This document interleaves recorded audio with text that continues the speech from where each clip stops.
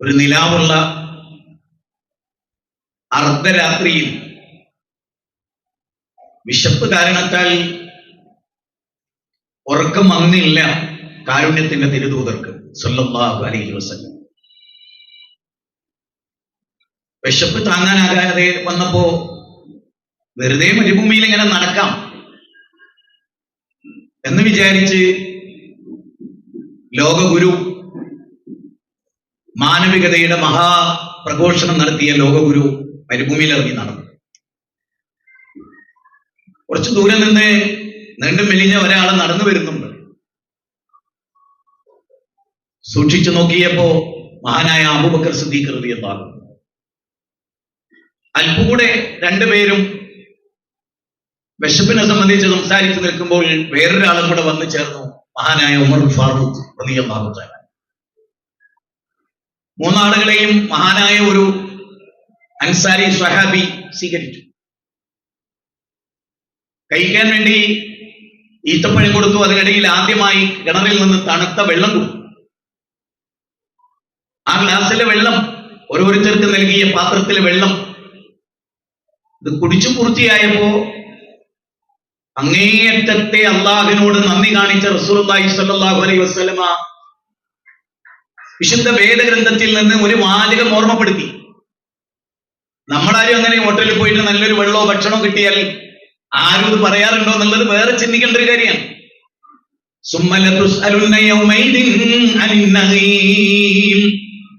അബൂബക്കറെ, ഉമറെ, ഈ ഒരു തണുത്ത ഗ്ലാസ് വെള്ളം തൊണ്ടയിലൂടെ ഇറങ്ങി ദാഹം തീർന്നല്ലോ, ആ അനുഗ്രഹത്തെ കുറിച്ച് അല്ലാഹു ചോദിക്കുന്നു. ഈ കോൺക്രീറ്റ് കെട്ടിടത്തിന്റെ ചുവട്ടിൽ ഒരുപാട് സൗകര്യമുള്ള നാളെ മാഷാ അല്ലാഹ് ഇതൊരു ലൈറ്റ് ഹൗസ് ആയി തീരും ഇൻഷാ അല്ലാഹ് ബീദിനില്ല. സൂറത്ത് യാസീനിൽ പറഞ്ഞാണ്, നമുക്ക് പരലോകത്ത് ആസാറുകളുടെ കൂട്ടത്തിൽ അവശേഷിപ്പിക്കുന്നതായി ഒരുപക്ഷെ ഇതുണ്ടാകും. അമ്പരചുംബികളായ കൊട്ടാരങ്ങളിൽ താമസിച്ചാൽ അതൊരു പക്ഷേ പുണ്യമായി എഴുതപ്പെട്ടേക്കില്ല. കാർപോർച്ചുകളിലെ കാറുകൾ അള്ളാഹുവിന്റെ കോടതിയിൽ ചർച്ചയാവില്ല. അള്ളാഹുവിന്റെ മാർഗത്തിൽ ഇഖ്ലാസോടുകൂടി എന്ത് ചെയ്തു എന്നതാണ് കാതലായ വശം. ഒരു തണുത്ത ഗ്ലാസ് വെള്ളത്തെ കുറിച്ച് ചോദിച്ചപ്പോ അള്ളാഹുവിങ്കൽ അത് ചോദിക്കുന്ന വിഷയമാണ്.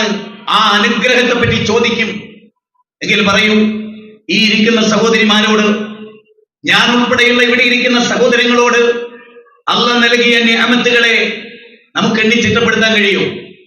അല്ലാഹു സുബ്ഹാനഹു വ തആല വിശുദ്ധ ഖുർആനിലെ 14-ാം അധ്യായം 7-ാമത്തെ വചനം, സൂറത്ത് ഇബ്രാഹിം, 52 വചനങ്ങളാണ് അധ്യായത്തിലുള്ളത്.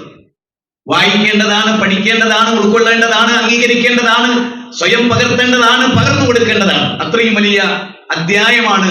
52 വചനമേ ഉള്ളൂ എങ്കിലും സൂറത്ത് ഇബ്രാഹിം 7-ാമത്തെ വചനം, വൈദ് തഅദ്ദന റബ്ബുകും ലൈൻ ശകർതും ലഅസീദന്നകും വലൈൻ കഫർതും മിൻ അദാബി ലശദീദ്. വല്ലാത്തൊരു രോമാഞ്ചമുണ്ടാകുന്ന ഒരു ഖുർആനിക വചനമാണ്. അതോടൊപ്പം ഭയജനിതമാകേണ്ടതുമാണ്. എന്താ പറയുന്നത്?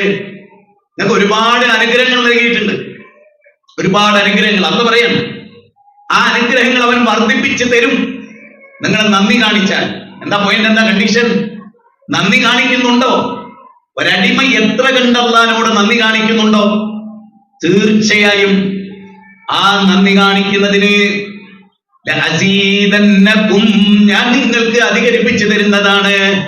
അടുത്ത വാചകം എന്താ? നിങ്ങൾ എങ്ങാനും അല്ലാഹുവിനോട് നന്ദി കേട് കാണിച്ചാൽ ഇന്നദാബീ ലശദീദ്, കഠിനമായ ശിക്ഷ നിങ്ങൾക്കുണ്ടാകും. ഒന്നുകൂടെ കേട്ടു നോക്ക്. വൈദ് തഅദ്ദന റബ്ബുകും ലൈൻ ശകർതും ലഅസീദന്നകും വലൈൻ കഫർതും മിൻ അദാബി ലശദീദ്. ഈ ഇരിക്കുന്ന ഓരോരുത്തർക്കും അവരുടെ അനുഗ്രഹങ്ങൾ അവർക്ക് മാത്രം അറിയാവുന്നതായിരിക്കും. ചിലതൊക്കെ ബാക്കിയുള്ളവർക്കും അറിയാം. വലിയ വീടുണ്ട്, ബിസിനസ് ഉണ്ട്, നല്ല മക്കളുണ്ട്, ഡോക്ടറാണ്, എഞ്ചിനീയറാണ്, അതൊക്കെ നമ്മൾ അറിയും. പക്ഷെ ഓരോന്നും ചെറുതും വലുതുമായത്, ഓരോ ഘട്ടത്തിൽ ലഭിച്ച അനുഗ്രഹങ്ങൾ ആർക്ക് പറയാൻ കഴിയും? അതാ അടിമക്ക് മാത്രം അറിയാവുന്ന കാര്യമാണ്.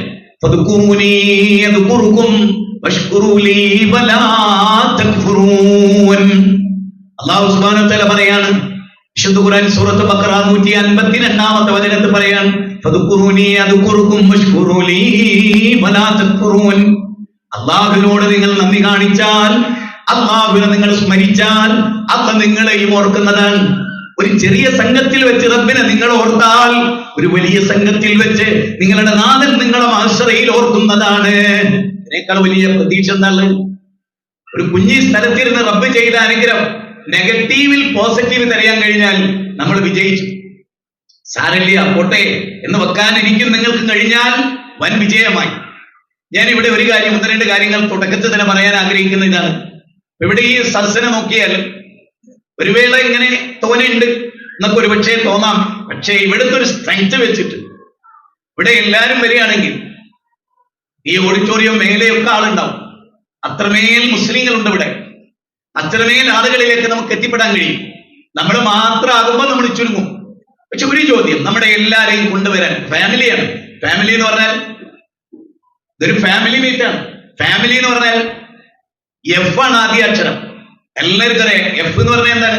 നമ്മുടെ ഫാമിലി റെസ്റ്റോറന്റ്, ഫാമിലി ടെക്സ്റ്റൈൽസ്, അങ്ങനെ ഫാമിലി എന്ന് ഒരുപാട് കണ്ടാണ്. ഫാമിലി മീറ്റിലാണ് വന്നിരിക്കുന്നത്. എന്താ ഫാമിലി? ആരെങ്കിലും എപ്പോഴെങ്കിലും ഗൗരവം ആലോചിച്ചിട്ടുണ്ടോ? സായിപ്പെട്ടതാണ് ഫാമിലി. ഫാമിലിയുടെ എഫ് എന്തിനെയാ കുറിക്കുന്നത്? ഫാദർ. എഫ് ഫാദറാണ്. അപ്പൊ ഫാമിലിയുടെ ആദ്യ അക്ഷരമായ എഫ് ഫാദറാണ്. പിന്നെ എ ആണ് വരുന്നത്. അതെന്താണ്? ഫാദർ ആൻഡ് എന്നതാണ്. പിന്നെ വരുന്നത് എം ആണ്, ഫാദർ ആൻഡ് മദർ. ബാക്കിയുള്ളതോ father and mother I love you എന്നാണ്.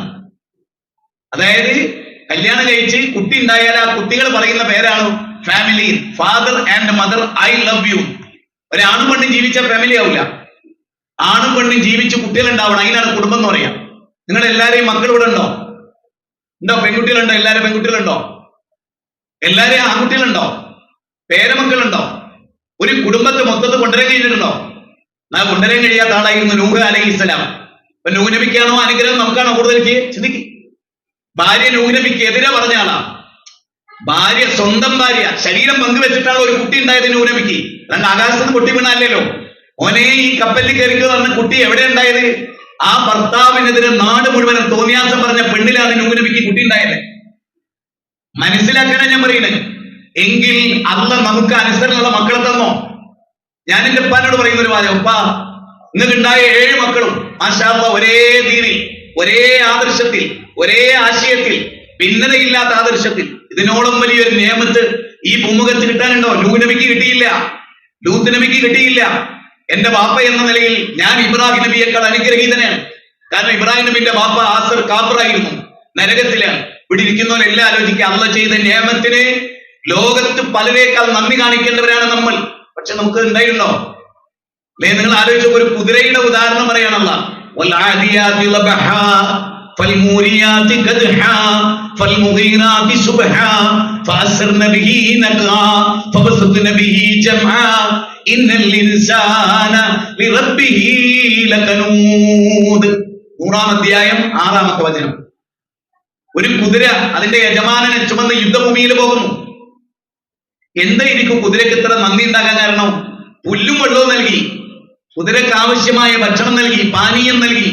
അതുകൊണ്ട് ബുദ്ധിയില്ലാത്ത, യൂണിവേഴ്സിറ്റിയിൽ പഠിച്ചിട്ടില്ലാത്ത, മദ്രസ പഠിച്ചിട്ടില്ലാത്ത, അറബി കോളേജ് പഠിച്ചിട്ടില്ലാത്ത ഈ കുതിര യജമാനന് വേണ്ടി യുദ്ധഭൂമിയിലേക്ക് പോകാണ്.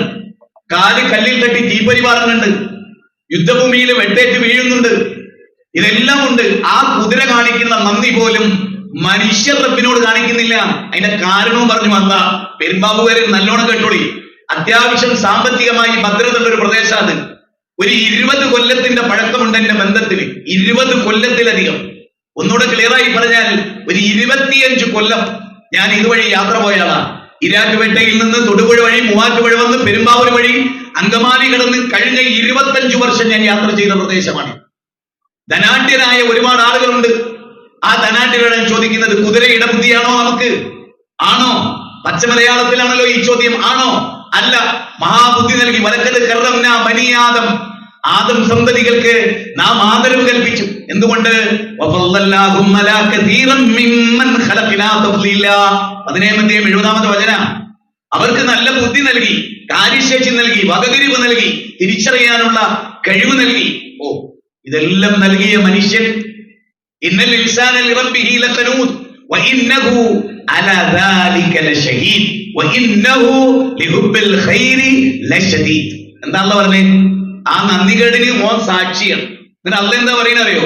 ഓന് ധനത്തോട് അപാര പ്രേമാണ്, ഇഷ്കാണ്, വിട്ടുകൊടുക്കാൻ തയ്യാറില്ല.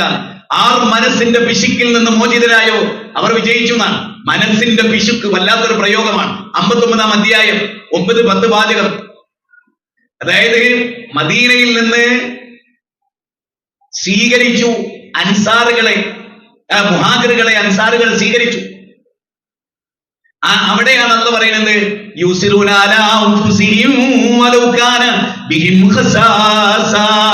സ്വന്തത്തെക്കാളും മറ്റുള്ളവർക്ക് പ്രാധാന്യം നൽകി.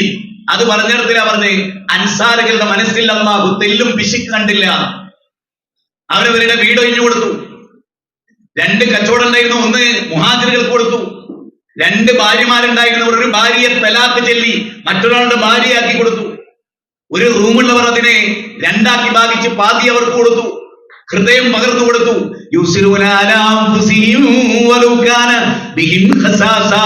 സ്വന്തത്തെക്കാളും അവരവരെ സ്നേഹിച്ചു. എന്തു അല്ലാഹു തആലക്ക് വേണ്ടി ഇവർ വിട്ടുകൊടുത്തു. ഞാൻ ഇവിടെ പറയുന്നത് പ്രസംഗിക്കാൻ എളുപ്പമാണ്, ജീവിതത്തിലോട് ചേർത്ത് നിർത്താൻ വലിയ ബുദ്ധിമുട്ടുള്ള കാര്യമാണ്. പക്ഷെ ഇവിടെ ഇരിക്കുന്നവരോടൊക്കെ ചോദിക്കണം, എന്ത് പറയും, എന്താ പറയാ? ഞാനിങ്ങനെ വിചാരിക്കണം, എന്റെ പള്ളിയുടെ വൈസ് പ്രസിഡന്റ് ഒരുപാട് ധനമുള്ള ആളാണ്, സ്കൂൾ അധ്യാപകനായിരുന്നു. അദ്ദേഹത്തിന്റെ വീടിന്റെ റോഡ് സൈഡിൽ ഒരുപാട് കെട്ടിടങ്ങളുണ്ട്, എല്ലാം ഉണ്ട്. കഴിഞ്ഞ 2 ആഴ്ച മുമ്പ് രാവിലെ ഇപ്പോ കളിയുണ്ടല്ലോ, ഒരേ യൂണിഫോം ധരിച്ച ആണും പെണ്ണും, പെണ്ണ് ആണിന് നേരെ ഓപ്പോസിറ്റ്, എന്നിട്ടുള്ള താഴോട്ടും മേലോട്ടും കൊള്ളും, അവനെ ഓളെ നോക്കി നോക്കും. അങ്ങനത്തെ പരിപാടി ഉണ്ടല്ലോ ഇപ്പൊ ലോകത്ത്. പറയുന്നത് എന്താണ്? ആരോഗ്യം നന്നാക്കാനാണ്. ആരോഗ്യമാണോ നന്നായത്, മനസ്സാണോ കേടുന്നത്, അത് വേറെ വിഷയം. എന്തായാലും അവിടെ അദ്ദേഹം കുഴഞ്ഞു വീണു. കളിച്ചുകൊണ്ടിരിക്കുന്ന കഴിഞ്ഞിട്ട് കുഴഞ്ഞു വീണു. ഈ കുഴഞ്ഞു വീണിട്ട് ഇന്നും ഈ സമയം വരെ അദ്ദേഹത്തിന് ബോധം വന്നിട്ടില്ല. ഞാൻ ചോദിക്കുന്ന, അദ്ദേഹത്തിന് എത്ര കടണ്ട് അയാൾക്കറിയില്ല, ഭാര്യ ഉണ്ടോ അയാൾക്കറിയില്ല, മക്കളുണ്ടോ അയാൾക്കറിയില്ല, കണ്ടമാനം സ്വത്തിന്റെ ഉടമയായിരുന്നു ഞാൻ അറിയില്ല. ഒരു കോമയിൽ കിടക്കുന്ന പോലെ കിടക്കുകയാണ്. മനുഷ്യന്റെ അവസ്ഥ അത്രേ ഉള്ളൂ. ഒന്ന് കുഴഞ്ഞു വീണാൽ, ഒന്ന് വണ്ടി ആക്സിഡന്റ് ആയാൽ പിന്നെ ആ വണ്ടി ഇല്ല, ആ BMW ഇല്ല, ആ ഫെറാറി കാറില്ല, ആ കാർ ഷെഡ് ഇല്ല, ആ കാർ പോർച്ച് ഇല്ല, ആ കൊട്ടാരമില്ല, അതിൽ ഏറ്റവും വലിയ ശീതീകരിച്ച റൂമില്ല, ആരെങ്കിലും ചെയ്യാൻ ഭാര്യയില്ല, ICUവിൽ വെന്റിലേറ്ററിൽ ഒറ്റക്ക്. അടുത്ത ദിവസം അല്ലാഹുവിലേക്കുള്ള യാത്ര. എപ്പോഴെങ്കിലും ആലോചിച്ചിട്ടുണ്ടോ ഗൗരവമായി? ഏത് മനുഷ്യനും, യുക്തിവാദിക്കും നിരീശ്വരവാദിക്കും എല്ലാവർക്കും ഉള്ള അവസ്ഥയാണ്. എങ്കിൽ ചില ഗൗരവപ്പെട്ട വിഷയങ്ങളിൽ നമുക്ക് 1 മണി ഷാർപ്പ് അവസാനിപ്പിക്കേണ്ടതുണ്ട് എന്നാണ് ഞാൻ മനസ്സിലാക്കുക. ആ 1 മണിക്ക് അവസാനിക്കും ഇൻഷാ അല്ലാഹ് ബിഇദ്നില്ല. ഞാൻ പറഞ്ഞു വരുന്നത്, സ്വയം ഇരുന്നിട്ട് ഹസിബു, ഒന്ന് സ്വയം വിചാരണ ചെയ്യാം. അള്ളാഹു നമ്മളെ ആഖിറത്തിൽ വിചാരണ ചെയ്യുന്നതിന് മുമ്പ് നമ്മളെ ഒന്ന് വിചാരണ ചെയ്യാം. അങ്ങനെ വിചാരണ ഇവിടെ ഇരിക്കുന്ന ഓരോരുത്തരും ഖബറിൽ ഒറ്റക്ക് ചെല്ലുമല്ലോ. ഞാന് മുഹമ്മദ് മദനി മരിച്ചു, മദനി അല്ലട്ടോ, കണ്ണൂരുണ്ടായിരുന്ന ഒരു മദനി, 10-20-ലധികം വരുന്ന QHLS ക്ലാസ് എടുത്തിരുന്ന വളരെ ശ്രദ്ധേയനായ മനുഷ്യൻ. അദ്ദേഹത്തിന്റെ മകൻ അക്രം ഹിക്കമിയാണ്. അപ്പൊ ഞങ്ങൾ മരണ വാർത്ത അറിഞ്ഞ് അവിടെ ചെന്നു, മയ്യത്ത് കബറടക്കി. അപ്പൊ എല്ലാ ആളുകളും, ഞാൻ എപ്പോഴും കബറിടത്തിൽ ശ്രദ്ധിക്കുന്ന ഒരു കാര്യം, പൊതുവെ എനിക്ക് ചില കാര്യങ്ങൾ ജനങ്ങളോട് പറയാൻ വേണ്ടി, ഞാനത് പഠിക്കാൻ വേണ്ടി നോക്കി നിൽക്കുന്ന ഒരു കാര്യം, മയ്യത്തുമായി ഏറ്റവും അടുത്തവർ ഇനി എന്ത് ചെയ്യുന്നു എന്നതാണ് എന്റെ ശ്രദ്ധ. അങ്ങനെ ഞാനിങ്ങനെ മുഹമ്മദ് മദനിയെ മയ്യത്ത് കബറടക്കി. സക്കറിയ സ്വലാഹി ജീവിച്ചിരിപ്പുണ്ട്, ഞങ്ങളൊക്കെ തൊട്ടടുത്തുണ്ട്, എല്ലാവരും ഉണ്ട്. അങ്ങനെ നിന്ന് എല്ലാവരും ദിക്റും പ്രാർത്ഥനയൊക്കെ കഴിഞ്ഞ് എല്ലാവരും പോയി. ഞാൻ അവിടെ തന്നെ നിന്നു. അവനെ നോക്കി, അക്രം, ഈ മദനിയുടെ മകൻ, പ്രിയപ്പെട്ട മകൻ എന്ത് ചെയ്യുന്നു എന്നായിരുന്നു എന്റെ നോട്ടം. അവനെങ്ങനെ നിന്നു. കുറച്ചു സമയം കഴിഞ്ഞ് അവനും നടന്നു. ഏറ്റവും ഒടുവിൽ അവന്റെ പിറകിൽ ഞാനും. അപ്പൊ ഞാൻ ചിന്തിച്ച കാര്യം എന്നറിയോ? ഈ ബാപ്പ ICUവിൽ കിടന്നാൽ ICUവിന്റെ മുമ്പിൽ എത്ര വേണമെങ്കിലും കാത്തിരിക്കും. ബാപ്പ ICUവിലാണ്. പ്രിയപ്പെട്ടവരെ വിട്ടുപോകാത്ത ഭാര്യ, 40 കൊല്ലം അരയുടെ അരഭാഗം തളർന്നിട്ട ഭർത്താവിന്റെ കാഷ്ടവും മൂത്രവും കോരിയ ഭാര്യ, ഒരു കല്യാണത്തിന് അവർ പങ്കെടുത്തിട്ടില്ല, ഒരു ഹൗസ് വാമിങ്ങിന് അവർ പങ്കെടുത്തിട്ടില്ല, ഒരു ടൂർ അവർ പോയിട്ടില്ല. ആരാണ് ആ സ്ത്രീ? താഹിറത്താത്ത, മാഹിക്കാരി, സലീം ഖാന്റെ ഭാര്യ. ഡെസേർട്ടിൽ അപകടമുണ്ടായി, അരയുടെ ഭാഗം കംപ്ലീറ്റ് തളർന്ന് 40 വർഷത്തിലധികം, 72 വയസ്സ് വരെ അദ്ദേഹം ജീവിച്ചു. മറ്റൊരു കല്യാണം ആ സ്ത്രീ ചെയ്തില്ല, കുഞ്ഞുങ്ങളില്ല. അവനെ മാത്രം നോക്കി ജീവിച്ചു. പക്ഷേ ഞാൻ നോക്കിയത്, സലീം ഖാൻ മരിച്ചാൽ ആ കബറിടത്തിൽ ആ സ്ത്രീ പിന്നെ പോയി നിൽക്കോ? കൂട്ടിന് നിൽക്കോ? ഭർത്താവ് ഒറ്റക്കാന്ന് വിചാരിക്കോ? ഇല്ല.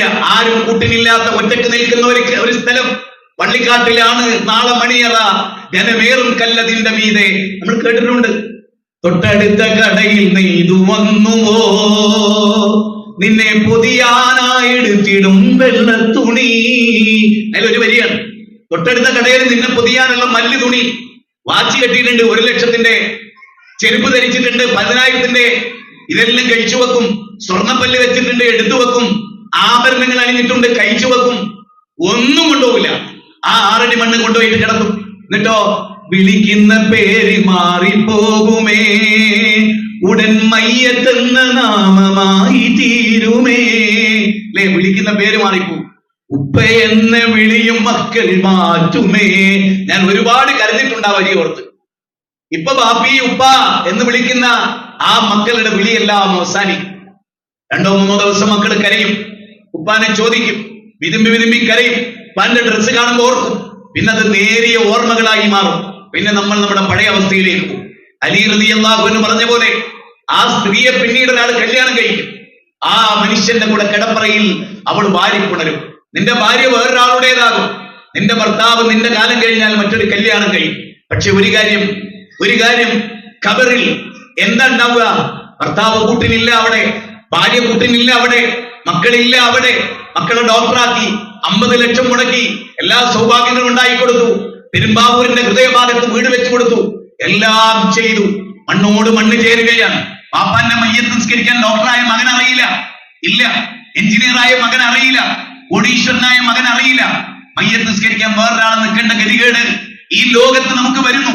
അവിടെയാണ് ഗൗരവമായ ഒരു ചിന്തയിലേക്ക് ഞാൻ നിങ്ങളുടെ ശ്രദ്ധ കൊണ്ടുവരുന്നത്. മരിക്കുമെന്ന് ഉറപ്പില്ലാത്ത ആരെങ്കിലും ഇവിടെ ഉണ്ടോ? നഹ്നു ഖദ്ദർനാ ബൈനകുമുൽ മൗത്ത് വമാ നഹ്നു ബിമസ്ബൂഖീൻ. നഹ്നു ഖദ്ദർനാ ബൈനകുമുൽ മൗത്ത് വമാ നഹ്നു ബിമസ്ബൂഖീൻ. ഈ ഒരൊറ്റ ഖുർആൻ വചനം മതി. ഖുർആൻ ദൈവികാണ്. എന്താ ഈ വചനത്തിന്റെ പ്രാധാന്യം എപ്പോഴെങ്കിലും ആലോചിച്ചിട്ടുണ്ടോ?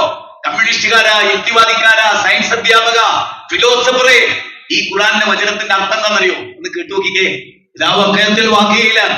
56-ാം അധ്യായമാണ്, 60-ാമത്തെ വചനമാണ്. നഹ്നു ഖദ്ദർനാ ബൈനകുമുൽ മൗത്ത്. നിങ്ങൾക്കിടയിൽ അല്ലാഹു മരണം വിധിച്ചു. ഞങ്ങളുടെ പള്ളിയുടെ സെക്രട്ടറി, വല്ലാത്തൊരവസ്ഥ ഞങ്ങളുടെ നാട്ടില്. ആളുകൾ വീണ് മരിക്കുകയാണ്. ഞാൻ എന്റെ കൂടെ 33 വർഷം സെക്രട്ടറി ആയിരുന്നു സിദ്ദീഖ. അദ്ദേഹം ഷട്ടിൽ ബാറ്റ് കളിച്ചു. രാത്രി 8 മണിക്ക് ടൂർണമെന്റ് ആയിരുന്നു.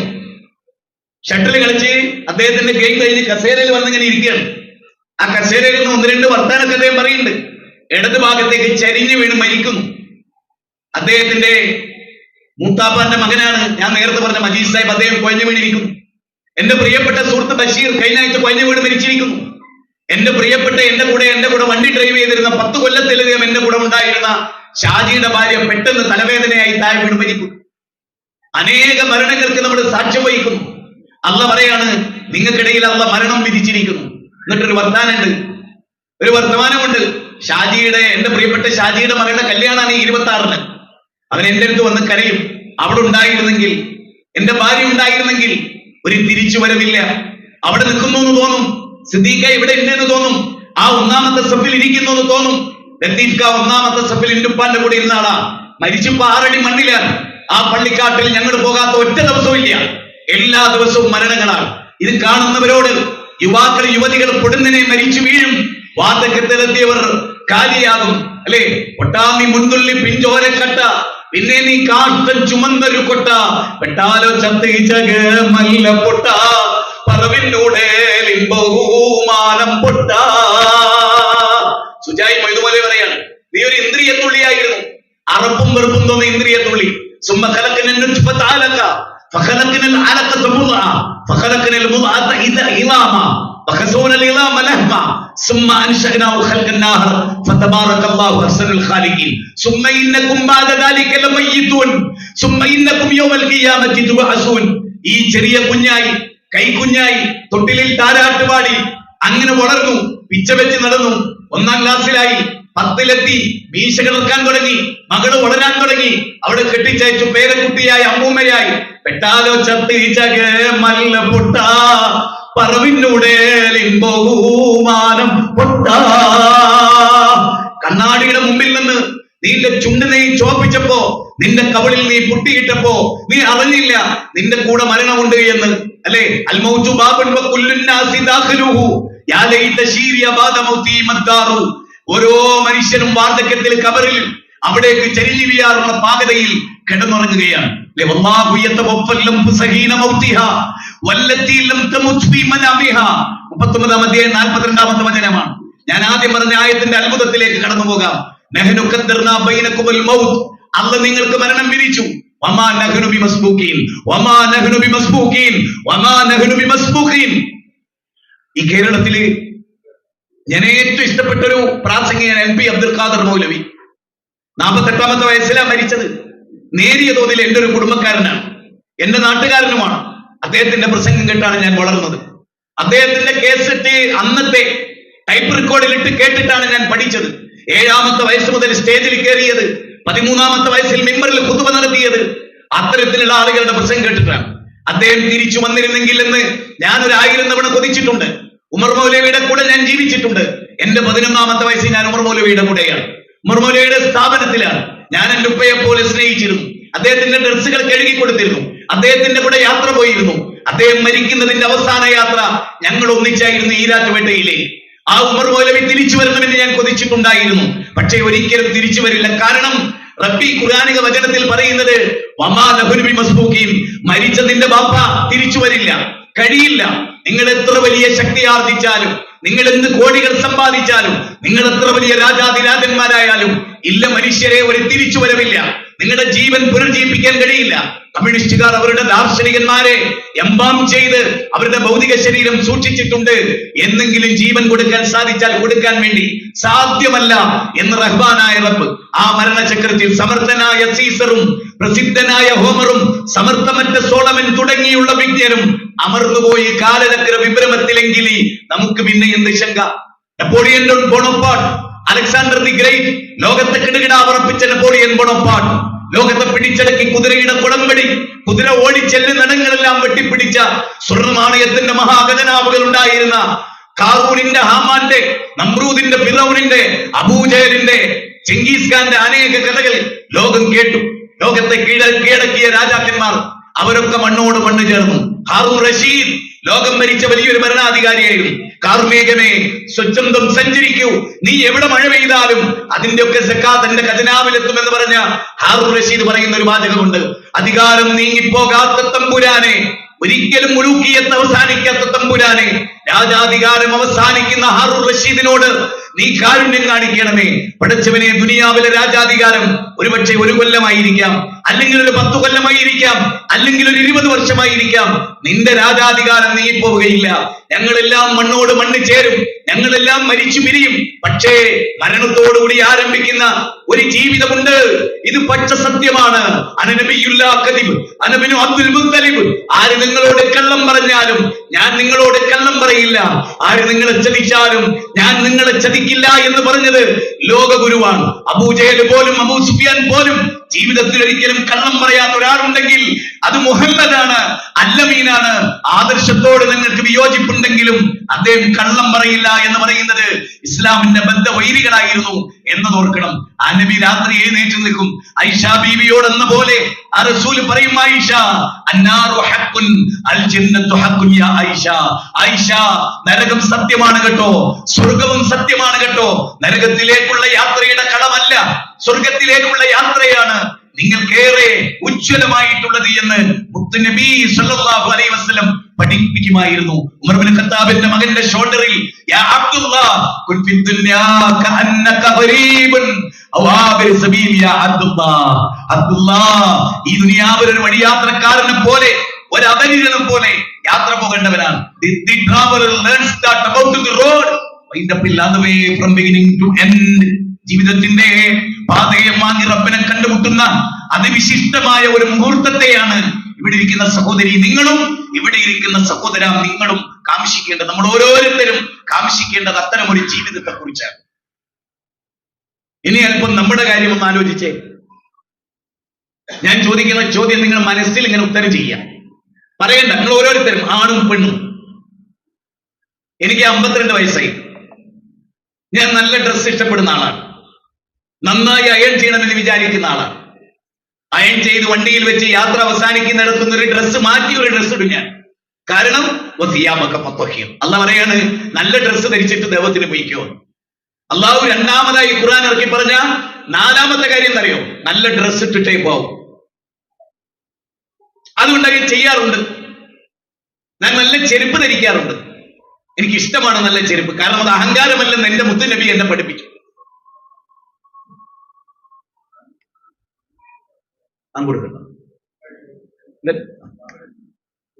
അപ്പൊ ഞാൻ അത് ചെയ്യുന്നു.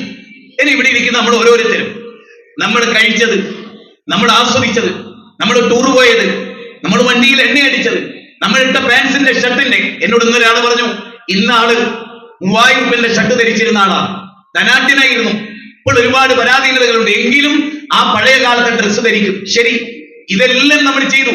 ഒന്നാലോചിച്ചേ, 52 കൊല്ലം നാം ചെലവഴിച്ച രൂപ, ശരി, അതിന്റെ 1000-ൽ-1 അള്ളാന്റെ മാർഗത്തിൽ ചെലവിച്ചിട്ടുണ്ടോ? ഞാനൊരു ഉദാഹരണ സഹിതം അത് പറയാം. നിങ്ങൾ മീൻ മാർക്കറ്റ് പോയി, ചിക്കൻ വാങ്ങിക്കാൻ പോയി, മട്ടൻ വാങ്ങിക്കാൻ പോയി. ഞങ്ങളുടെ നാട്ടിൽ 600 രൂപയാണ് മട്ടന്, 320 രൂപയാണ് ബീഫിന്, 600 രൂപയാണ് അയക്കോറക്ക്. ഞാൻ ഒരു ഉദാഹരണം പറയും. 1 കിലോ അയക്കോറ വാങ്ങുന്നു, 1 കിലോ അയക്കോറ വാങ്ങുന്നു, 1 കിലോ ചെമ്മീൻ വാങ്ങുന്നു, 400 രൂപ. 1000 രൂപ അവിടെ ചെലവഴിച്ചില്ലേ?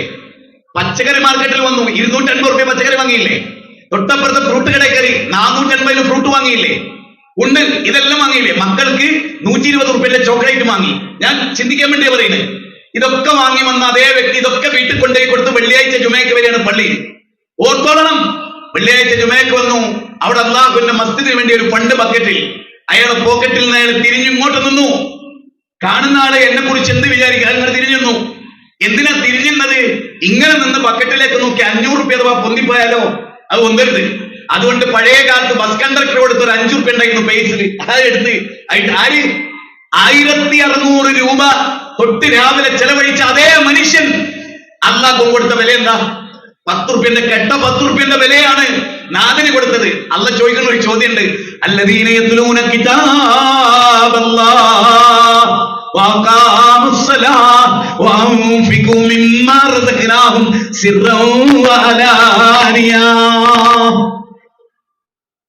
ഇത് പഠിക്കാത്ത, ഇത് ഓതാത്ത എത്ര ആൾ ഈ കൂട്ടത്തിലുണ്ട്? സൂറത്ത് ഫാത്തിർ 35-ാം അധ്യായമാണ്, 29-ാമത്തെ വചനമാണ്. എല്ലാവരും ഒന്നും കൂടെ ശ്രദ്ധിച്ചേ, ഒന്നും കൂടെ നോക്കിയേ. അതെ, ഈ ആയത്ത് പറയുന്നത് ശരിക്കും ഒന്ന് ശ്രദ്ധിച്ചു നോക്കിയേ.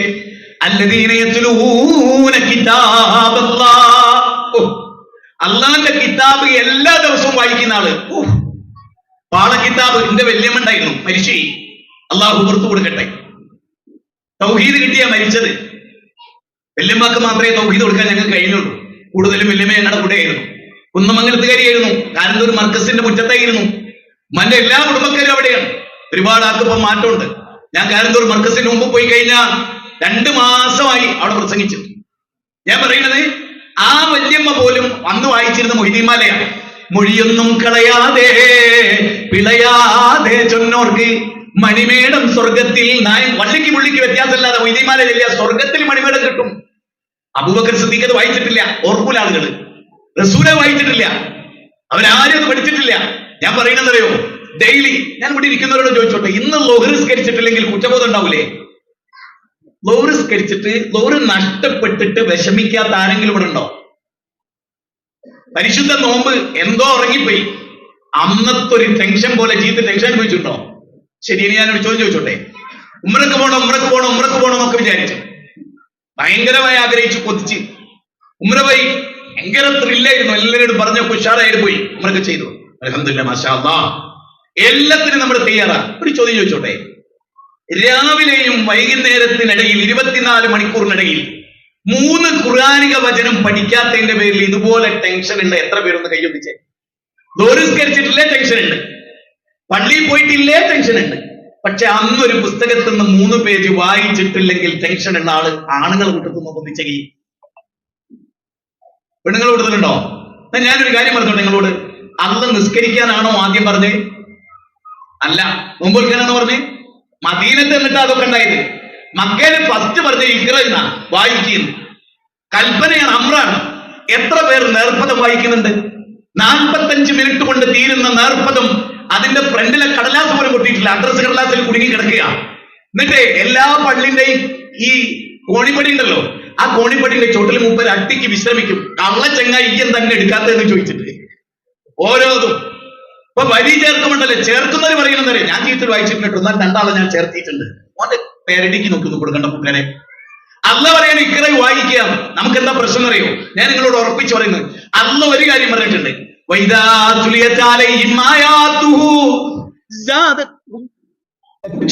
ാണ് ആളുകളെ പ്രസംഗം കേൾപ്പിച്ചു എന്നാ റസൂലിന്റെ മുഅ്ജിസത്തായിട്ട് പറയുന്നുണ്ട്. 1,00,000 ആളുകൾ എന്നൊക്കെ പറഞ്ഞാൽ എത്രയോ ദൂരെയായിരിക്കും. അപ്പൊ അള്ളാഹു ശബ്ദം ഒരുപാട് തന്നിട്ടുണ്ട്. മാഷാ അല്ലാഹ്. പിന്നെ വൈകുന്നേരം പരിപാടി ഉണ്ട്, കുറച്ചേര് പരിപാടികളോടുള്ള ചെറിയ പ്രശ്നം. ഞാൻ ഇവിടെ ഇരുന്നപ്പോ ചിന്തിച്ചൊരു കാര്യം, ഒരു ദിവസത്തിലെ ഒരു 3.5 മണിക്കൂറാണ് നമ്മുടെ ടൈം. ഇവിടെ ഇന്നത്തെ പ്രോഗ്രാമിന്റെ ആകെ ടൈം 9:30, 10:30, 11:30, 12:30, 1 മണി. 3.5 മണിക്കൂർ. 24 മണിക്കൂറിലെ 3.5 മണിക്കൂർ തന്നെ ഇരിക്കാൻ നമുക്ക് ക്ഷമല്ല. സത്യത്തിൽ പറഞ്ഞാൽ ഞാനത് ആരെ പറ്റി പറയല്ല, എല്ലാവരുടെ അവസ്ഥ അതാണ്. നമുക്കൊരു 10 മിനിറ്റ് പ്രസംഗം ഉണ്ടെന്നിട്ട് 10 മിനിറ്റ് ഉണ്ടല്ലേ, 1 മിനിറ്റ് ആയിട്ട് എല്ലാം കിട്ടുകയാണെങ്കിൽ നമുക്ക് 1 മിനിറ്റ്. അത്രയും അക്ഷമരാണ് നമ്മൾ. ഒരു റെഡ് സിഗ്നൽ കണ്ടാൽ ഓർന്ന് അടിച്ചുകൊണ്ടേ ഇരിക്കുക. പ്രാന്ത് കേരളക്കാരന് മാത്രമേ ഉള്ളൂ, ലോകത്ത് വേറെ ആർക്കില്ല. ഗൾഫ് പോയി ശീലിച്ചോനും ഇവിടെ വന്ന ഓനും അടിച്ചു എന്ന് പറഞ്ഞാൽ അത്രയും അൽ അജലത്തുമിന ശൈത്താൻ എന്നുള്ള പൈശാചികമാണ്. ഞാൻ പറഞ്ഞു വന്ന പോയിന്റ് എന്നറിയോ? അല്ലദീന യത്ലൂന കിതാബല്ലാഹ് വഅഖാമുസ്സലാ. 2 കാര്യം നോക്കൂ. കൃത്യമായി ഖുർആൻ പാരായണം ചെയ്യുകയും നമസ്കരിക്കുകയും ചെയ്യുന്നവർ. അവൻ നമസ്കരിക്കുന്നുണ്ടെങ്കിൽ അവന്റെ ഏറ്റവും വലിയ ക്വാളിറ്റി നിസ്കരിക്കുന്നതിന് മുമ്പ് ഖുർആൻ. എന്തുകൊണ്ടാണ് അല്ലദീന യത്ലൂന കിതാബല്ലാഹ്? നിസ്കാരല്ലേ ആദ്യം പറയുന്നത്, അപ്പോഴും പറയുന്നത് എന്താണ്? ഞാൻ പറയുന്നത് മനസ്സിലാവുണ്ടോ? അപ്പൊ ഡെയിലി രാവിലെ ഞാൻ ഒരു കാര്യം പറയാം. അള്ളാഹുവിന്റെ മഹത്തായ അനുഗ്രഹം കൊണ്ട് ഖുർആനിലെ എവിടെ ഓതിയാലും അത് ഇന്ന അധ്യായത്തിലാണ് എന്നൊരു ബോധം എനിക്കൊക്കെ ഉണ്ടായത്. ഞാൻ ഡെയിലി 3 ആയത്ത് പഠിക്കുന്നുണ്ട്. 3 ആയത്ത് ഡെയിലി. ഏത് ട്രെയിനിലായിക്കോട്ടെ, ഇപ്പൊ മൊബൈലൊക്കെ ഏത് ഖുർആനും ഇംഗ്ലീഷിന്റെ എല്ലാ ഭാഷയുണ്ട്. അള്ളാന്റെ അടുത്ത് എന്ത് പറയും? പഠിച്ചോനെ പഠിക്കാൻ. ഉദാഹരണത്തിന് നമ്മുടെ ഒരു ക്ലാസ് പോലെ കയ്യിൽ മൊബൈൽ ഇല്ലാത്ത ആരും ഉണ്ടാവില്ല. ആ മൊബൈലിൽ ഞാനൊക്കെ നോക്കണം വരുമ്പോ എല്ലാ കാര്യവും. ഒരു 3 ആയത്ത്. ഇന്ന് 2025 പുതിയൊരു വർഷമാണ്. 6 കൊല്ലം കൊണ്ട് പ്രിയപ്പെട്ടവരെ ഖുർആൻ 3 ആയത്ത് ഡെയിലി പഠിച്ചാൽ കംപ്ലീറ്റ് തീരും. ഒന്നുകൂടെ കേട്ടോളി. ഇനി വരുന്ന 6 വർഷം അള്ളാഹു നമുക്ക് ആയുസിട്ടാൽ ഒരു ദിവസം 3 ഖുർആനിക വചനം പഠിക്കാൻ നമ്മൾ തയ്യാറായാൽ 6 വർഷം കൊണ്ട് ഖുർആൻ കംപ്ലീറ്റ് തീരും. അപ്പൊ നിങ്ങൾ ആലോചിച്ച് നോക്കി. ഇവിടെ ഞാനിവിടെ വന്ന് ഞാൻ സൽമാൻ ഫാരിസിനോട് പറഞ്ഞു, ഫാരിസി എന്നെ കണ്ട ആളാണ്. സൗദിയിലെ റിയാദിൽ വെച്ച് നിങ്ങൾക്ക് വേണ്ടി ഞങ്ങൾ ഫണ്ട് റൈസ് ചെയ്തിരുന്നു. ഞാൻ എന്റെ നാവ് ഉപയോഗിച്ചിരുന്നു. ഫാരിസിക്കറിയാം. ആ റിയാദിൽ നിങ്ങൾക്ക് വേണ്ടി മാത്രം വീൽ ചെയറിൽ പോയ ആളാ ഞാൻ. സൗദിയിൽ നിന്ന് കാല് കുഴഞ്ഞ അതേ മാസം പരിശുദ്ധ റമദാന്റെ അവസാന 10 എന്തിനാണത്? ഞാൻ ഏതോ നാട്ടിൽ കിടക്കുന്ന ഒരാളാ. എന്തിനാണ് ഫ്ലൈറ്റിൽ ടിക്കറ്റ് എടുത്ത് അവിടെ പോയി ഒരാളോട് ഒരു പാരിതോഷികവും വാങ്ങിയിട്ടില്ല. ഒരാളും ഇന്ന് വരെ ഒന്നും. ഞാൻ ചോദിക്കും, ഇത്രയും വലിയൊരു കെട്ടിടം കണ്ടപ്പോൾ എനിക്ക് ഭയങ്കര സന്തോഷം. ഞാൻ ഇവിടെ ഒന്ന് കണ്ട ആളാ ഇതിന്റെ തുടക്കത്തിൽ, ബിഗിനിങ്ങിൽ. നമ്മുടെ വീട് ഈ രൂപത്തിൽ കിടക്കാൻ നിങ്ങൾ അനുവദിക്കുമോ? ഞാൻ ആത്മാർത്ഥമായി ചോദിക്കുകയാണ്. സമയത്തിന്റെ കുറവുണ്ട്. നമ്മുടെ മകളുടെ വീട് ഇങ്ങനെ കിടക്കുകയോ, അവൾക്ക് 4 മക്കളും ഉണ്ട്. ഒരു ചെറ്റക്കുടിയിൽ നമ്മുടെ മകള് ജീവിക്കാൻ നമ്മളെ 10 സെന്റ് വിറ്റിട്ട് മോക്കെ നമ്മൾ വീട് പൂർത്തിയാക്കി കൊടുക്കൂലേ? അതിനേക്കാൾ വലുതാണോ ബൈത്തുള്ള അള്ളാന്റെ വീട്? ഞാൻ ആത്മാർത്ഥ ഹൃദയത്തെ തട്ടി ചോദിക്കാനാണോ? നമ്മൾ എപ്പോഴെങ്കിലും 11 ലക്ഷത്തിന്റെ കാറ് ബുക്ക് ചെയ്യുമ്പോൾ 25,000 റുപ്യാണ് ഈ പള്ളിക്ക് നമ്മൾ കൊടുത്ത ആ വ്യക്തി. 11 ലക്ഷത്തിന്റെ കാറ് ബുക്ക് ചെയ്യുമ്പോൾ അള്ളാഹുവിന്റെ മാർഗത്തിൽ അയാൾ കൊടുത്ത 25,000. അയാൾ എന്ത് വിചാരിക്കണം? എനിക്ക് 7 ലക്ഷത്തിന്റെ കാറ് മതി, ബാക്കി ഞാൻ 5 ലക്ഷം പള്ളിക്ക് കൊടുക്കട്ടെ എന്ന് വിചാരിച്ചാൽ ഈ ഇരിക്കുന്ന ആളുകൾ വിചാരിച്ചാൽ നമ്മൾ വേറെ എവിടെ കയ്യിൽ നിൽക്കണോ? ഞാൻ ആത്മാർത്ഥമായി എല്ലാവരോടും ചോദിക്കണം. എനിക്കത് പറയാൻ എല്ലാ അർത്ഥത്തിലും അവകാശമുള്ളതുകൊണ്ടാണ് ചോദിക്കുന്നത്. ഞങ്ങളുടെ നാട്ടിലൊരു പ്രൊജക്ട് വന്നു. ജീവിതത്തിൽ ആദ്യമായിട്ട് ഞങ്ങൾക്ക് 23 സെന്റ് സ്ഥലം കിട്ടി. അതിൽ ആദ്യത്തെ 1 സെന്റ് എഴുന്നേറ്റ് ഞാൻ പ്രഖ്യാപിച്ചു. കഴിഞ്ഞിട്ടല്ല, ഖുർആനിൽ ഒരു വചനം ഓർത്തിട്ട്. ചില പ്രഖ്യാപനങ്ങൾ പരസ്യമാക്കണം ആളുകൾക്ക് പ്രചോദനമാകാൻ. ഒരു വരുമാനമില്ലാത്തൊരു മനുഷ്യൻ ഇതാ പ്രഖ്യാപിച്ചിരിക്കുന്നു. അതുകൊണ്ട് അവിടെ വലിയ സംഖ്യ പിരിഞ്ഞു. ഞാൻ പറഞ്ഞു വരുന്നത്, ഈ ഇരിക്കുന്ന നമ്മളല്ല ഇതിങ്ങനെ നിന്നാ മതിയോ? 3 കോടി രൂപ കൊണ്ടെങ്കിലും നമുക്കിത് പൂർത്തീകരിക്കാൻ കഴിയുന്നതാണ് നമ്മൾ വിചാരിക്കുന്നത്. നിങ്ങൾ മനസ്സിലാക്കണേ, നിങ്ങൾ ചിന്തിക്കണേ, ഇതിന്റെ അപ്പുറത്തൊക്കെ സ്ഥലമുണ്ട്. അള്ളാഹു തൗഫീഖ് ചെയ്താൽ നമ്മളിലേക്ക് വന്ന് ചേരണം.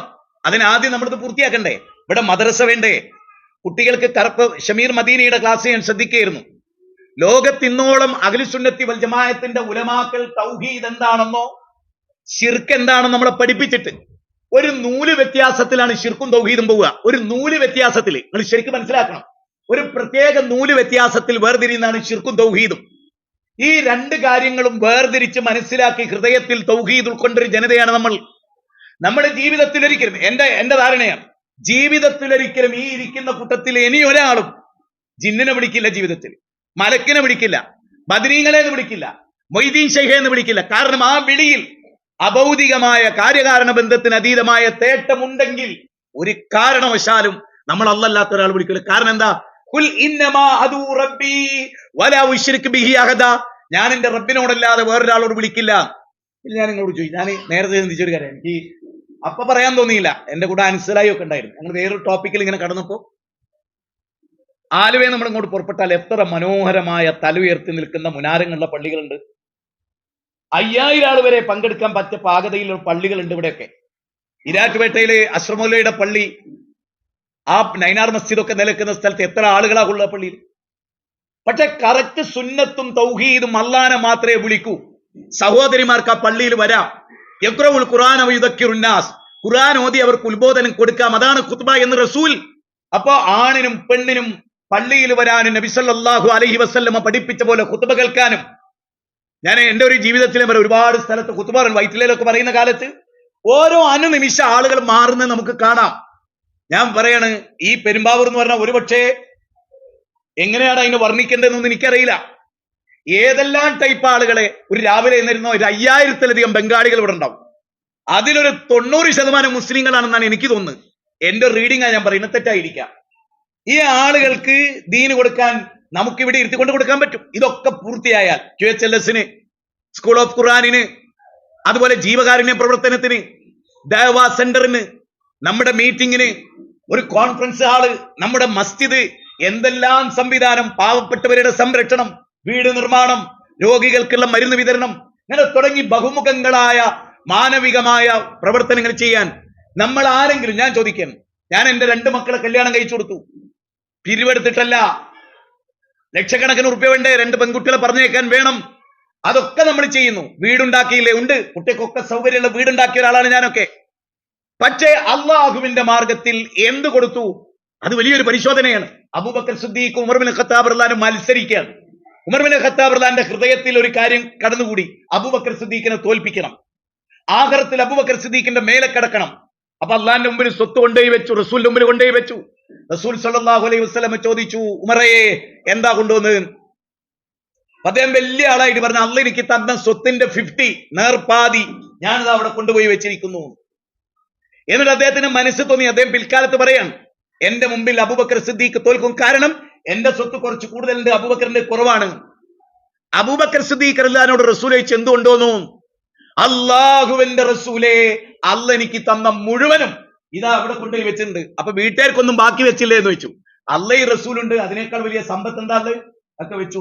അപ്പൊ ഉമർ ബിൻ ഖത്താബ് റളിയല്ലാഹു അൻഹു പറയുന്നുണ്ട്, ഇല്ല, എന്റെ ആഗ്രഹം ഒരിക്കലും നടമാടുകയില്ല, അബൂബക്കർ സിദ്ദീഖിനെ തോൽപ്പിക്കാൻ കഴിയില്ല.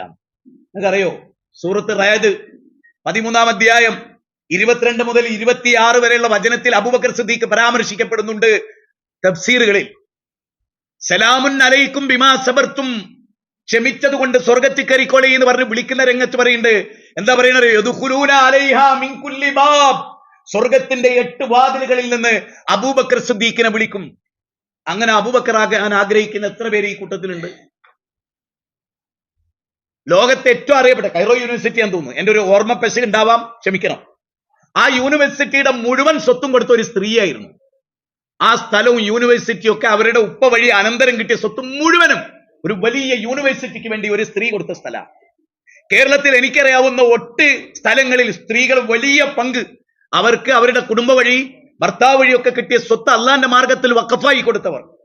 ഞാൻ ഇവിടെ ഇരിക്കുന്ന സ്ത്രീകളോട് ചോദിക്കുകയാണ്, ബഹ്റൈനില് സാൽവേഷന് പോയപ്പോ ഒരു ബക്കറ്റിന്റെ പാതിയിൽ സ്വർണ്ണമായിരുന്നു. സ്ത്രീകൾ ഊരിയിട്ട സ്വർണം അള്ളാഹുവിന്റെ ദീനിന് വേണ്ടി. നീ കാരണമായ ഒരാൾ ഹിദായത്തിലായാൽ, നീ കൊടുത്ത പൈസ കൊണ്ട് ഖുർആനിന്റെ 10 വചനങ്ങൾ ബോർഡിൽ എഴുതി വെച്ചാൽ, അത് വായിച്ചിട്ടൊരാൾക്ക് ഹിദായത്ത് കിട്ടിയാൽ നിനക്ക് കിട്ടുന്ന കൂലി അപാരമാണെന്ന് പറഞ്ഞപ്പോ സ്ത്രീകളൊക്കെ മോതിരവും വളി ഉരുത്തം.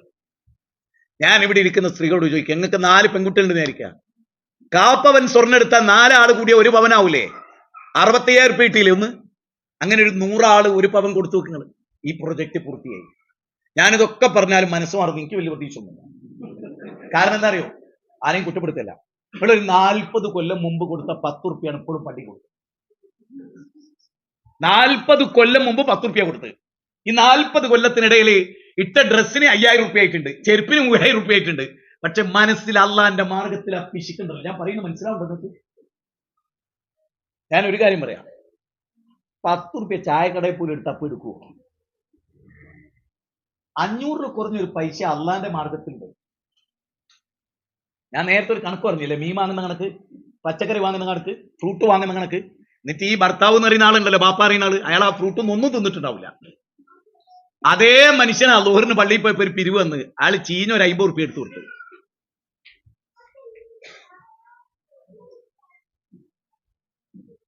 ഇവിടെ ഇരിക്കുന്ന ഓരോരുത്തർക്കും കണക്ഷനുള്ള ആളുകളെയും അവരുടെ ധനത്തെയും, നമ്മുടെ മക്കൾ ഗൾഫിലുള്ളൊക്കെ ഒന്ന് ആലോചിച്ച് നോക്കിയേ. മോനെ, നിന്റെ ഈ ഒരു മാസത്തെ ശമ്പളം ഇൻഷാ അള്ളാ പെരുമ്പാവൂർ പ്രൊജക്ടിനാണെന്ന് പറയാൻ ധൈര്യമുള്ള എത്ര വാപ്പാർ ഇവിടെ ഉണ്ട്? ഭർത്താവിനെ വിളിച്ചിട്ട്, ഇക്കാക ഈ ഒരു മാസം ഞാൻ എന്റെ ചെറിയൊരു വളം ഇട്ടിട്ട് എന്റെ വീട്ടിൽ ചെലവ് നടത്തിക്കോളാം, നിങ്ങൾ 50,000 ശമ്പളം നിങ്ങൾ ഇതിന് കൊടുക്കണം എന്ന് പറയാൻ കരുത്തുള്ള എത്ര പെണ്ണുങ്ങളുണ്ട് അവിടെ? നിങ്ങൾ ഞങ്ങളെ വളവിലാൻ വന്നാണെന്നായിരിക്കും ചിലപ്പോൾ നിങ്ങൾ ചോദിക്കുക. നാളെ ചിലപ്പോൾ മൈലിയാമാർ ഇത് ക്ലിപ്പാക്കിയിടുകയും ചെയ്യും. എനിക്കതിലൊരു വിരോധവും ഇല്ല. ഞാൻ അങ്ങേയറ്റം അള്ളാന്റെ ദീനിന് വേണ്ടി എന്താ ആക്ഷേപം കേൾക്കാനും തയ്യാറാ. ഞാൻ ഇപ്പോൾ 2 ആഴ്ചയിൽ കേൾക്കുന്നുണ്ട്.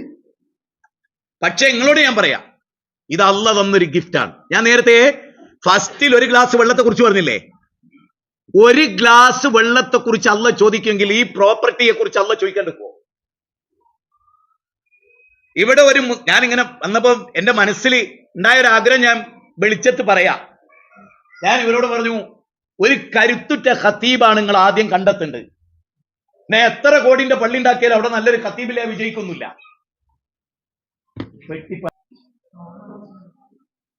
അപ്പൊ ചെറിയൊരൊച്ച കിട്ടു. പണ്ടൊരാൾ പറഞ്ഞിട്ടുണ്ട്, ഒരു തേങ്ങെങ്കിലും ഉടച്ച് ഞാനൊരു ചിരട്ടെങ്കിലും ഉടക്കട്ടെ എന്ന്. ഇത് മതി, നിങ്ങൾ കേൾക്കണ്ടല്ലോ. ഞാൻ പറഞ്ഞു വന്നത്, സ്വന്തം ജീവിതത്തിൽ അള്ളാന്റെ മാർഗം. നിങ്ങൾ നോക്കൂ, മദീനത്തെ പള്ളിയിൽ പോയവരൊക്കെ ഒന്ന് കൈവന്തിച്ചേ. മദീനയിൽ ബാബു ജിബ്രീൽ, അങ്ങനെ പറഞ്ഞ എല്ലാവരും പരിചയിച്ചുകൊണ്ട് ആ ബാബു ജിബ്രീൽ നബിയുടെ, അബൂബക്കർ സിദ്ദീഖിന്, ഉമർ ബിൻ ഖത്താബിന്റെ റളിയല്ലാഹു അൻഹു സല്ലല്ലാഹു അലൈഹി വസല്ലം അത് കണ്ട് പുറത്തേക്ക് ഇറങ്ങിയ വിശാലമായി കിടക്കുന്ന നിലത്ത് ടൈലോ മാർബിളോ ഗ്രാനൈറ്റോ ഒക്കെ പതിച്ച സ്ഥല. യഥാർത്ഥത്തിൽ അതൊരു സ്വഹാബിയുടെ ബൈറുആ തോട്ടം നിലന്ന സ്ഥല, അബൂതുല്ലത്തുൽ അൻസാരിയുടെ ബൈറുആ തോട്ടം നിലന്ന സ്ഥല. അരുവികൾ ഒഴുകിയ മഹാത്തോട്ടമായിരുന്നു അത്. ലൻ തനാലുൽ ബിർറ ഹത്താ തുൻഫിഖൂ മിമ്മാ തുഹിബ്ബൂൻ എന്ന ആയത്തിറങ്ങിയപ്പോ അള്ളാന്റെ മാർഗത്തിൽ കൊടുത്തു. അതേ കുടുംബത്തിന് കൊടുത്തു, അള്ളാന്റെ മാർഗത്ത് കൊടുത്തു. കാരണം എന്താ അറിയോ, അവർക്ക് ഉറപ്പായിരുന്നു മഹ്ശറുണ്ട്. അവിടെ ഇതാ മാത്തൽ ഇൻസാനു ഇൻകതഅമലു, മനുഷ്യന്റെ മരണത്തിന് ശേഷം ഒരേ ഒരു കാര്യം, വയബ്കാ വാഹിദൻ വയബ്കാ അമലുഹു, അമല് മാത്രം ബാക്കിയാകുന്ന ഒരു ലോകം. മനസ്സിരുത്തി ഒരു കാര്യം കൂടി ഞാൻ പറയാം, ഉറപ്പുള്ളൊരു കാര്യം പറയാം. ഇതൊക്കെ കേട്ടിട്ട് മാഷാ അല്ലാഹ് എന്തെങ്കിലുമൊക്കെ ചെയ്യണം നിങ്ങൾ വിചാരിച്ചിട്ട് നിങ്ങൾ ഇവിടുന്ന് ഇങ്ങനെ ഇറങ്ങിയിട്ട് ആ കുന്നിങ്ങനെ കയറി ആ CCTV ഉള്ളിടത്ത് എത്തുമ്പോൾ വിലീസ് ചോദിക്കല്ലേ, ഈ 50,000 രൂപ കൊടുക്കാന്ന് മുജാഹിദ് വാൽസിന്റെ പ്രസംഗം കേട്ട് നീയത്ത് വെച്ചതാ, എനിക്ക് കൊടുക്കാൻ കഴിയുമെന്ന് ഇബിലീസ് അവിടുന്ന് ചോദിക്കൂ. അതിന്റെ ഇടയ്ക്ക് എന്തെങ്കിലും വിചാരിച്ചപ്പോ തന്നെ എഴുതിപ്പിച്ചാൽ മതി. ഇബിലീസ് കോണിമേൽ പിടിക്കും. അങ്ങനെ പിടിച്ച ഒരുപാട് ചരിത്രമുണ്ട്. അലി ഇബ്നു അബീ താലിബ് ഒരു യുദ്ധത്തിന് പോകാൻ ഒരുങ്ങിയിട്ട് പെട്ടെന്ന് ഒരൊറ്റ ഇരുത്തം. അലി റളിയല്ലാഹുവിന്റെ മനസ്സിൽ തോന്നുന്നത് എന്താ പറയുക, ഞാനഥവാ അന്ന് യുദ്ധത്തിൽ പോയി കൊല്ലപ്പെട്ടാലോ? അങ്ങനെ ഒരു പൈശാചിക ചിന്ത സ്വന്തം ജീവിതത്തിൽ അപ്പുണ്ടാവുക. തൊട്ടപ്പുറത്ത് തന്നെ പടച്ചോൻ അദ്ദേഹത്തെ ഹെൽപ്പ് ചെയ്തു. എന്നിട്ട് അദ്ദേഹം ചിന്തിക്കുകയാണ്, അങ്ങനെ ചിന്തിക്കാൻ പാടില്ല, അള്ളാഹ് എനിക്ക് മരണം ഇന്ന് വിധിച്ചാൽ ഞാൻ എവിടെ ഇരുന്നാലും മരിക്കും. ഇനി അള്ളാഹു സുബ്ഹാനഹു വ തആല എനിക്ക് മരണം വിധിച്ചിട്ടില്ലെങ്കിൽ ഇന്ന് എത്ര യുദ്ധത്തിൽ പോയാലും ഞാൻ മരിക്കൂല. അങ്ങനെ അദ്ദേഹം പോയി. കുല്ലൻ യുസീബനാ ഇല്ലാ മാ കതബല്ലാഹു ലനാ ഹുവ മൗലാന, എല്ലാം അള്ളാഹ് തീരുമാനിച്ചാണ്. പക്ഷെ ഒരു കാര്യം, നേരത്തെ ഞാൻ ഇങ്ങോട്ട് വരുമ്പോൾ വായിച്ചൊരു പുസ്തകത്തിലുള്ള ഒരു കാര്യമാണ്, സഹാബത്ത് പരമാവധി അവരെന്ത് ചെയ്താലും ആരും അറിയാതെ അവരത് എത്തിച്ചിരുന്നു. വമാ തുൻഫിഖൂ മിൻ ഖൈരിൻ ഫലിയൻഫുസികും വമാ തുൻഫിഖൂന ഇല്ല ഇബ്തിഗാഅ വജ്ഹി റബ്ബി. സൂറത്ത് ബഖറ 272 വചന. അല്ലാത്തൊരു ഖുർആൻ. അതിൽ പറയുന്നത് നിങ്ങൾ എന്താ അള്ളാന്റെ മാർഗത്ത് കൊടുത്ത് നിങ്ങൾക്ക് ഖൈറിനാ, നിങ്ങളുടെ കാര്യത്തിന്, നിങ്ങളുടെ രക്ഷക്കാണ്. ഖബറിൽ നിങ്ങൾക്ക് കൂട്ടുണ്ടാകിയത് മാത്രമാണ്. ഞാൻ പറഞ്ഞല്ലോ, ഒരു ബാപ്പാന്റെ ഖബറിടത്തിൽ ഒരു മകന് നിൽക്കൂല. ഞാൻ എൻ്റെ ഉമ്മ എനിക്ക് അത്രയും പ്രിയങ്കരമാണല്ലോ, നിങ്ങൾക്കൊക്കെ പ്രിയങ്കരമാണ്. ആ ഉമ്മ മരിച്ചിട്ട് ആ ഖബറുമ്പുറത്ത് പല ഊര് പോയി വർത്താനം പറയുന്ന പോലെ ഞാൻ ആ ഖബറുമ്പുറത്ത് നിൽക്കാറുണ്ട് ഉമ്മാന്റെ. പക്ഷെ നിങ്ങൾ ആലോചിച്ച് നോക്ക്, എൻ്റെ അമ്മന്റെ കൂടെ രാത്രി ഞാൻ നിൽക്കുവോ? എത്ര പ്രിയങ്കരാട്ടെ, ഞാൻ എൻ്റെ പ്രായം ചെന്ന് ഉപ്പാന്റെ കൂടെയാണ് നിൽക്കുന്നത്. ഉമ്മ പള്ളിക്കാട്ടിലാണ്. ഞാൻ വിചാരിക്കും എൻ്റെ അമ്മന്റെ അടുത്ത് പോയി ഇന്ന് അവിടെ കിടക്കട്ടെ, ഉമ്മാക്കൊരു കൂട്ടായിക്കോട്ടെ. ഇല്ല, ഉമ്മാന്റെ കൂട്ടെന്തായിരിക്കും? ഫൈർജീസിനാനി. അല്ല പറയാണ് ഉമ്മാനോട്, എന്റെ ഭർത്താവ് മടങ്ങിപ്പോരും, എന്റെ മക്കൾ മടങ്ങിപ്പോരും. വാഹിദൻ, ഏയ് പെണ്ണെ, നിനക്ക് ബാക്കിയാകുന്നത് നീ ചെയ്ത അമലാണ് കേട്ടോ. അങ്ങനെയാണെങ്കിൽ ഞാൻ ചോദിക്കും, എന്തിനാ കെട്ടിപ്പൂട്ടി വെച്ചത്? ആഭരണം എന്തിനാ പോയിട്ട് ബാങ്കിലിട്ടത്? എടുത്തിട്ട് കൊടുക്കി. അടുത്ത നോമ്പിന് ഞാൻ വരുമ്പോ ഇവിടെ പള്ളിയുടെ ഒരു പണി കണ്ട് തകൃതിയായിട്ട് പൂർത്തിയാകുന്ന വിധത്തിൽ ഈ ഇരിക്കുന്ന ആളുകൾക്ക് ചെയ്യാൻ പറ്റുന്ന വിശ്വസിക്കുന്ന ഒരാളാണ് ഞാൻ. കാരണം അതൊരു പറഞ്ഞുതരാം. ഞാൻ വളരെ ലളിതമായ ഒരു കാര്യം പറയാം. എന്റെ വീട്ടിൽ തന്നെ ഞാൻ രോഗികളായവർക്ക് വേണ്ടി ഒരു 3-4 മാസം ചെലവഴിച്ച തുക 11 ലക്ഷം രൂപയാണ്. രോഗം വന്ന വിചാരിക്കും എന്റെ ഭാര്യയ്ക്ക് ഒരു ഓപ്പറേഷൻ വേണം, 4 ലക്ഷം വേണം എന്ന് പറഞ്ഞു. ഞാനത് ഉണ്ടാക്കി, ഞാനത് വാങ്ങിച്ചു. എന്താ, എന്റെ ഭാര്യ തിരിച്ച് ജീവിതത്തിലേക്ക് വരണം. എന്റെ ഉപ്പാക്ക് ഒരു അറ്റാക്ക് വന്നു, ലക്ഷക്കണക്കിന് റുപ്യ മുടക്കി. എന്റെ അമ്മോശന് അറ്റാക്ക് വന്നു, 4 ലക്ഷം റുപ്യ മുടക്കി. ഞാൻ ചോദിക്കുന്നത്, നിങ്ങളോട് ചോദിക്കുന്നത്, ഇതെല്ലാം നമ്മൾ മുടക്കുന്നുണ്ട് ദുനിയാവിൽ. പക്ഷേ ഇതാ അടിയന്തര പ്രാധാന്യത്തോടെ നോമ്പാകുമ്പോഴേക്ക് ഒരു പള്ളി പൂർത്തീകരിക്കപ്പെടേണ്ടതുണ്ട്. നമ്മുടെ നാട്ടിൽ മൊറാലിറ്റി നഷ്ടപ്പെട്ടു പോവും. മാതൃഭാഷയിൽ ഖുർആൻ അനുസരിച്ച് സുന്നത്തനുസരിച്ച് ഒരു പള്ളി വരട്ടെ എന്ന് വിചാരിച്ചിട്ട് നമ്മൾ ആരെങ്കിലും 4 ലക്ഷം ഉണ്ടാക്കുന്നുണ്ടോ? എന്താണ് നമ്മുടെ മനസ്സിനെ പറ്റിയെന്ന് ചോദിച്ചാൽ, ദുനിയാവ് നമ്മളെ വരിഞ്ഞു മുറുക്കിയിരുന്നു. ഞാനൊരു കാര്യം പറഞ്ഞോട്ടെ, ക്ഷമിക്കണം സ്ത്രീകൾ. പെരുമ്പാവൂരത്തെ സ്ത്രീകൾ ചുണ്ടിൽ ചായം തേക്കാൻ ഉപയോഗിക്കുന്ന പൈസ മാത്രം മതി ഈ ബിൽഡിംഗ് പൊന്താൻ. കയറി അടിക്കണം തോന്നുന്നുണ്ടായിരിക്കെങ്കിലും. പെരുമ്പാവൂരത്തെ മുസ്ലിം സ്ത്രീകൾ ചുണ്ട് തേക്കാൻ വേണ്ടി ഉപയോഗിക്കുന്ന ആ പൈസ ഒരു മാസം നിങ്ങൾ എല്ലാവരും ഒരു പള്ളി കൊടുത്താൽ, ഞാൻ പറയുന്നത് 3 കോടിയല്ല 300 കോടി. ലോകത്ത് ഏറ്റവും കൂടുതൽ പണം ചെലവഴിക്കുന്ന ആയുധത്തിനാ. രണ്ടാമത്തെ എന്തിനറിയോ? ചുണ്ട് ചോപ്പിക്കാൻ. എന്റെ കണക്കല്ല കേട്ടോ, അന്താരാഷ്ട്ര കണക്കാണ്. ലോകത്ത് ആയുധം വാങ്ങാനാണ് ഏറ്റവും കൂടുതൽ പൈസ. രണ്ടാമത്തെ എന്തിനറിയോ? ചുണ്ടിൽ ചായം തേക്കാൻ. അപ്പൊ ഇവിടുത്തെ പെണ്ണുങ്ങൾ മാത്രം ഒരു മാസം ചുണ്ട് ചായം തേക്കുന്നതിനെ തീരുമാനിച്ചാൽ 3 കോടിയല്ല 300 കോടി പെരുമ്പാവൂര് നോക്കും. ചിലപ്പോഴായി കിട്ടും ഏറ്റവും വലിയ വിവാദ പരാമർശവും. പക്ഷെ വസ്തുത അതാണ്, വസ്തുത അതാണ്, യാതൊരു സംശയവുമാണ്. ഇപ്പൊ നല്ലൊരു പർദ്ദ, ദുബായ് മോഡൽ പർദ്ദട്ട 3000 രൂപ കൊടുക്കുന്നത് അല്ലേ? ആണ്. അതേ സ്ത്രീ പള്ളിക്ക് എത്ര കൊടുത്ത്? 500 രൂപ. അങ്ങനെ ചിന്തിച്ചു നോക്ക്. ഞാൻ ഒരു അനുഭവം പറഞ്ഞ് ഞാൻ അവസാനിപ്പിക്കാം. 5 മിനിറ്റ് അധികമായി പോയി. അത് നമ്മുടെ സൗണ്ട് സിസ്റ്റം ഇങ്ങനെ ആയതുകൊണ്ട് ഞാൻ കവർന്നെടുത്തല്ല, അല്ലാതെ വന്ന ഏതോ ആവട്ടെ. ഞങ്ങളുടെ മുമ്പ് ജാഹിദ് പ്രസ്ഥാനം ഒന്നിച്ച് നിന്ന കാലത്ത് അന്നത്തെ യൂത്തിന് ഒരു കടബാധ്യത വന്നു. അന്നത്തെ യൂത്തിന്, അതൊരു നോമ്പിന്റെ തൊട്ട് മുമ്പായിരുന്നു, ഞാൻ ഇപ്പോഴും ഓർക്കാണ്. അല്ലെങ്കിൽ ഞാനൊരു കാര്യം ആ സദസ്സിൽ കയറി പറഞ്ഞു. ഈ പെരുന്നാളിന് 500 രൂപയ്ക്ക് ഷർട്ട് വാങ്ങുമെന്ന് തീരുമാനിച്ചവർ 300 വാങ്ങുമെന്ന് തീരുമാനിക്കാം. ചെറിയ പെരുന്നാളിന് 400 രൂപയുടെ ചെരുപ്പ് വാങ്ങുമെന്ന് വിചാരിച്ചവർ 200 ചെരുപ്പേ വാങ്ങുമെന്ന് വിചാരിക്കാം.